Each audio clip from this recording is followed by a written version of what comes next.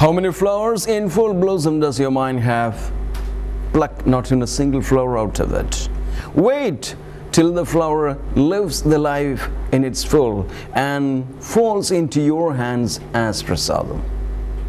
Create a floral pattern in the foreyard of your life with prasadam flowers.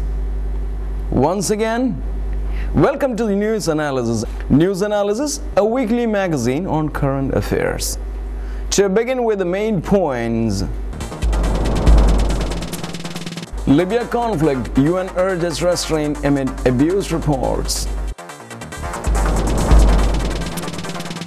Blast at UN building in Nigerian capital, Abuja. Japan Prime Minister Naoto Kan announces resignation amid criticism.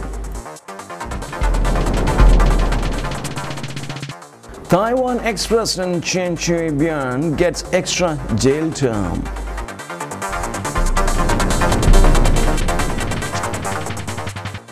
Rhino homes put Europe's museums on Thieves Must-Visit List. US Widens Role in Mexican fight. And now the news in detail. Libya conflict, UN urges restraint amid abuse reports. The United Nations has called on all sides in the Libyan conflict to take steps to ensure there are no acts of violence and revenge. It comes as reports emerge as abuses and alleged summary killings by both rebels and troops loyal to Colonel Gaddafi.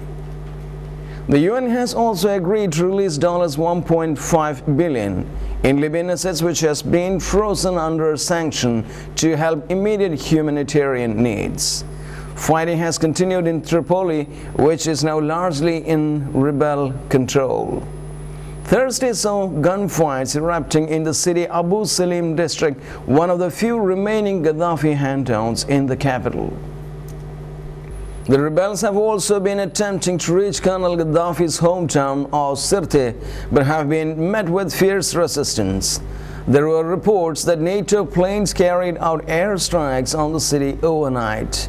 Late on Thursday, the National Transition Council (NTC) said it had now moved its political base from rebel stronghold Benghazi to the capital.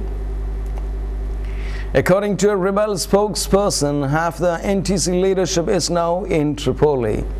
But the reporters in Benghazi says NTC chairman Mustafa Abdul Jalil and other senior officials are waiting for the situation in Tripoli to stabilize before they move. UK jets bomb Gaddafi hometown bunker.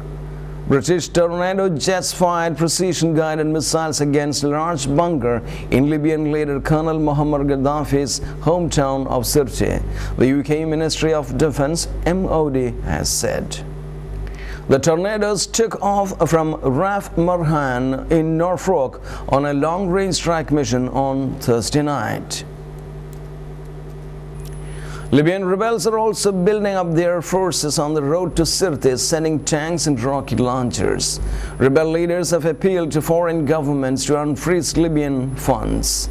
The UN has already agreed to release $1.5 billion in Libyan assets which had been frozen under sanctions to help the immediate humanitarian needs. In a statement, the MOD, Ministry of Defense, said a formation of Tornado GR force fired a salvo of Storm Shadow precision-guided missiles against a large headquarters bunker in Sirte. All the Libyan citizens in Tunisia decided to go to Libya. Now more go to Libya than would go from Libya to Tunisia. Blast at UN building in Nigerian capital, Abuja. There has been an explosion at the United Nations building in the Nigerian capital, Abuja. A journalist heard a loud blast and a police helicopter is circling around the building. There is no word of the cause of the blast. Smoke is said to be billowing from the building. Unconfirmed reports say there have been a number of casualties in the incident. Abuja was the scene of a car bombing at police headquarters in June. Japan Prime Minister Kan announces resignation amid criticism. Japan's beleaguered Prime Minister Naoto Kan has announced his resignation, clearing the way for our country's sixth leader in 5 years. Mr. Kan has been criticized for failing to show leadership after a devastating 11 March earthquake and tsunami and ensuing nuclear crisis. In June, Mr. Kan pledged to quit if Parliament passed the key pieces of legislation, which it did not on Friday. The ruling Democratic Party of Japan will choose a new leader on Monday. Mr. Kan's successor as party head will almost certainly become Japan's next prime minister. Challenges ahead. Mr. Kan announced his decision to stand down at a DPJ meeting, which was broadcast to the nation. He is expected to give a news conference later on Friday. Looking back on nearly 15 months in office, Mr. Kan said he had done all he could given the difficulties he faced, including the Fukushima Daiichi nuclear disaster and political fighting, including within his own party. Taiwan ex-president Chen Shui-bian gets extra jail term. Taiwan's ex-president Chen Shui-bian is already in jail for corruption, has been given an additional sentence for money laundering and forgery. The term of 2 years and 8 months was imposed after a retrial at Taiwan's High Court, in which Chen was also acquitted of another corruption charge. He was jailed for 17 years in 2009. Chen has accused Taiwan's current government of prosecuting him to win favors with China. He strongly supported independence while in power. In this latest case, Chen was initially found guilty of embezzling some $5 million from a special presidential fund while he was in power. But the Supreme Court ordered a retrial last November, criticizing insufficient evidence. Now Taiwan's High Court has acquitted Chen of the charge. The court, however, found him guilty of money laundering and forging documents and handed down the additional 2-year sentence. His lawyer said he would appeal. Chen's wife, a former First Lady Wu Zhijian, received a longer sentence of nearly 12 years at the retrial, but she is unlikely to spend any time in prison because of her poor health, says the reporters. Analysts say the ruling could appease Chen's supporters and help President Ma Ying-jeou, who is seeking re-election in the upcoming January presidential race. Rhino hones put Europe's museums on Thieves Must-Visit List.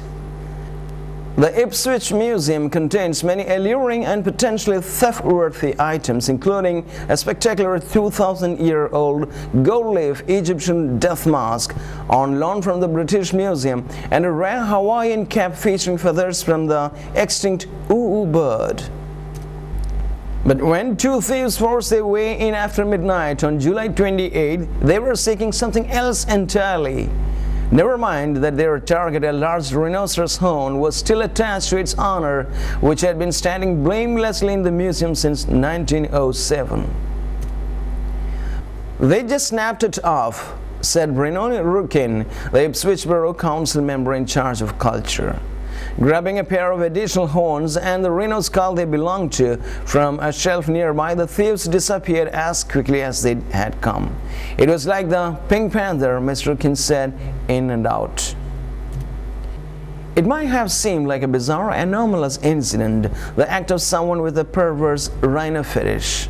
But similar thefts, as many as 30 so far this year, have been reported in museums, galleries, antique dealerships, auction houses and homes across Europe as criminals try to feed growing demand in China and other Asian countries, where medicine made from ground rhino horns is believed to act as an aphrodisiac and to cure cancer and other serious diseases. I was quite surprised, I must admit, said Lon Lawson, a detective in the Art of Antiques unit at the Metropolitan Police Service in London, describing his first realization that rhino horn theft have become a serious law enforcement issue. It's taken a bit of time for everyone to wake up to the fact that this is a cross-Europe offense and that they will attack anywhere that has a rhino horn.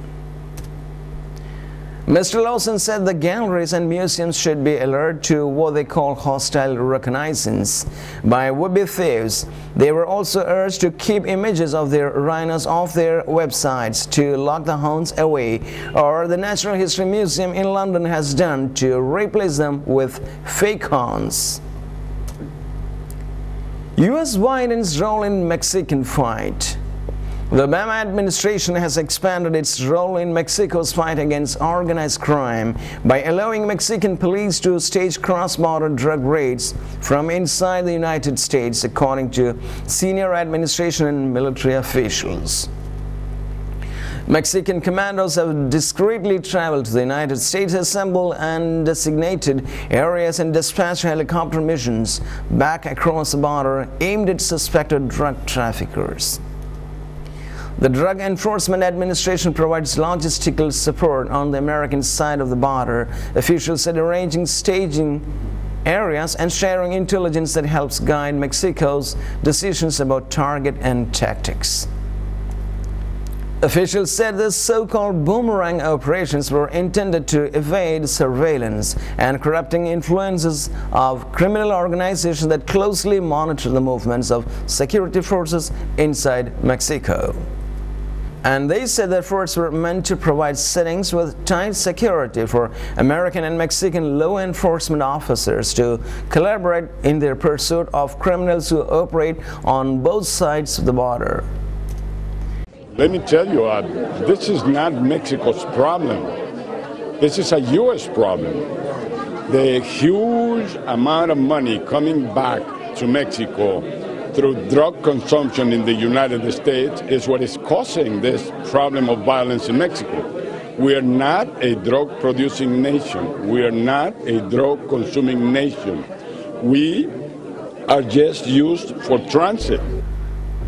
Anna Hazare, India Parliament to debate anti-graft law. India's government has agreed to hold a parliamentary debate on proposal for a strong anti-corruption law in an attempt to persuade the campaigner Anna Hazare to end his hunger strike. The debate, to be held on Monday, is one of the key demands of the activists.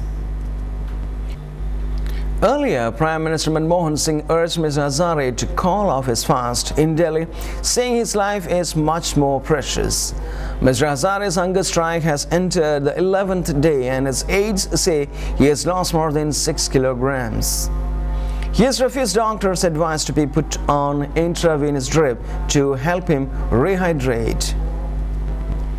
Mr. Hazare's supporters are demanding the government to pass their proposed anti-corruption bill. Meanwhile, ruling Congress party leader Rahul Gandhi said he had serious doubts that a single bill will end corruption.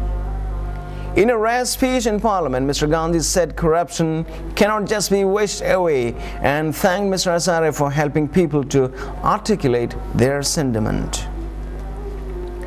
There are no simple solutions to eradicating corruption, but I have serious doubts that a single bill will end corruption. What we require is a set of effective laws, he said. And what about enforcement of laws?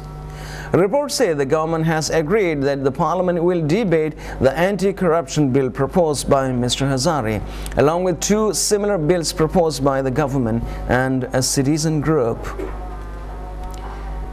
Mr. Hazare's Jan Lokpal Citizens Ombudsman Bill proposes setting up a special ombudsman or Lokpal, an independent body with the power to investigate politicians and civil servants suspected of corruption.